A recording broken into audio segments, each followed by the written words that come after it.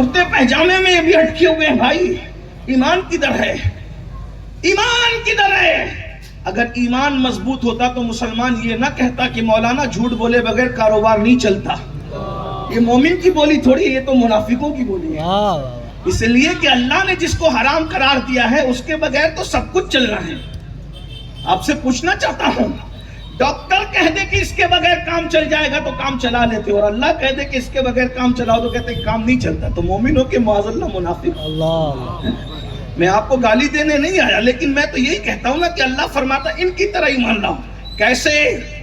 ہم تو مال کے لیے اللہ کو چھوڑ دیتے ہیں، انہوں نے اللہ کے لیے باپ کو چھوڑ دیا. ایمان اس طرح کا تھا نا، حضرت فاروق اعظم نے آستینیں چڑھائی بدر میں، کہا حضور وہ جو سامنے کھڑا ہے نا وہ میرا ماموں ہے، حضور مجھے اجازت ہے اس کی گردن اڑا دو تاکہ لوگوں کو پتا چل جائے ہمارے ہاں خون کے رشتوں کی اہمیت نہیں ہے، ہمارے ہاں تو نبی کی عقیدتوں کی اہمیت ہے. اگر ایسے عمر پر بھی لوگ کہتے ہیں کہ وہ مومن نہیں ہے تو پھر میں پوچھنا چاہتا ہوں کہ پھر تو کون سا مومن ہے بھائی؟ تو نے کیا قربانی دی ذرا وہ بھی تو بتا. اور آپ بھی اتنے نادان ہیں، کسی کی بھی سن کے کچھ بھی بکنے لگتے. میں نے کہا میرے بھائی ابو بکر عمر کی ایمان پہ تم کیا بحث کر رہے ہو؟ جن کو ماننا ایمان ہے، اگر ان ابو بکر عمر مومن ہے یا نہیں اس پر تو کوئی بحث ہی نہیں ہوتی، ہو ہی نہیں سکتی. کیوں؟ اس لیے کہ جن کو ماننا ایمان ہے. ابو بکر عمر عثمان و علی وہ ہیں جن کو ماننے کا نام ایمان ہے. لوگ کہتے ہیں ان کو ماننا کب سے ایمان ہو گیا؟ میں نے کہا اللہ فرماتا ہے، اللہ فرماتا ہے. کیا فرماتا ہے؟ صراط الذین انعمت علیہم،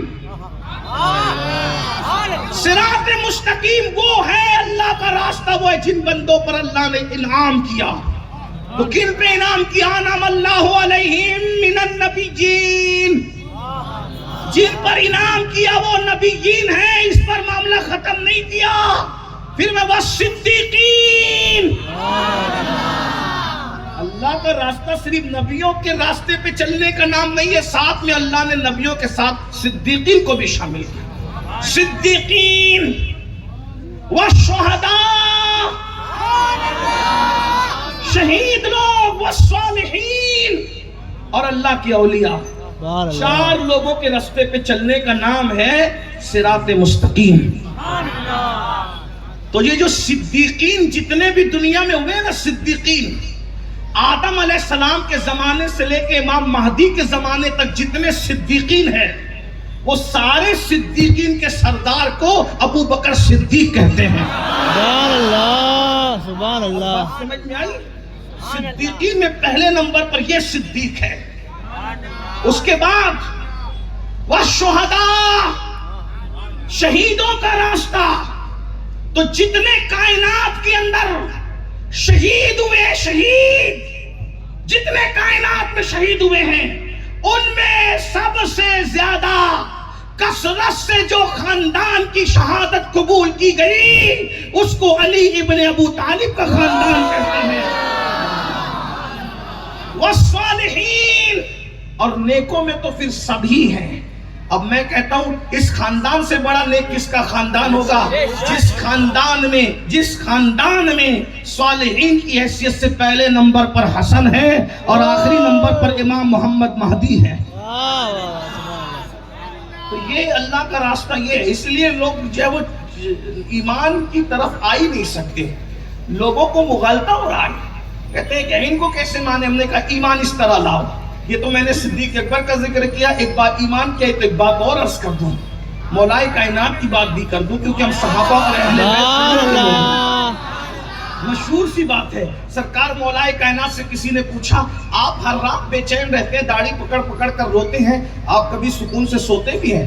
کہا ہاں سوئے تھے، ایک رات سوئے تھے. کہا کب سوئے تھے؟ تو کہا ہجرت کی رات سوئے تھے. اور کہا ہجرت کی رات تو تلواروں کے سائے میں بھی کسی کو نیند آتی، کہا ہمیں آ گئی تھی. کہا وہ کیسے؟ کہا نبی نے کہا تھا علی سو جاؤ، صبح اٹھنا، صبح اٹھنا. تو ہم سمجھ گئے تھے کہ کائنات کا نظام بدل سکتا ہے، علی کو موت نہیں آ سکتی، کیونکہ نبی نے کہا تھا صبح اٹھنا. تو سلا رہے تھے تو صبح تک کے زندگی کی ضمانت بھی عطا کر رہے ہیں. تو علی مرتضیٰ کا مسلک یہ ہے کہ نبی زندگی اور موت کے بھی مالک بنا دیے گئے، جہاں بانی عطا کر دیں، بھری جنت ہبا کر دیں، نبی مختار کل ہیں، جس کو جو چاہیں عطا کر دیں۔ الا الذین آمنوا، ایمان لاؤ۔ ایمان کیسے لاؤ؟